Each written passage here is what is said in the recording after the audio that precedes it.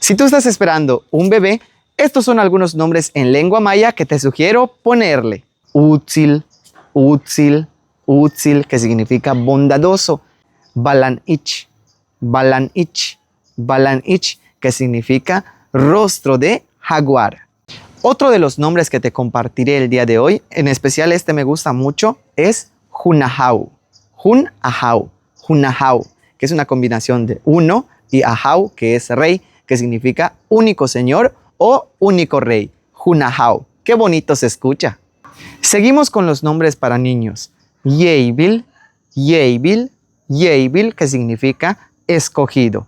El siguiente nombre que te voy a compartir es el siguiente. Naiten, Naiten, Naiten, que significa suéñame.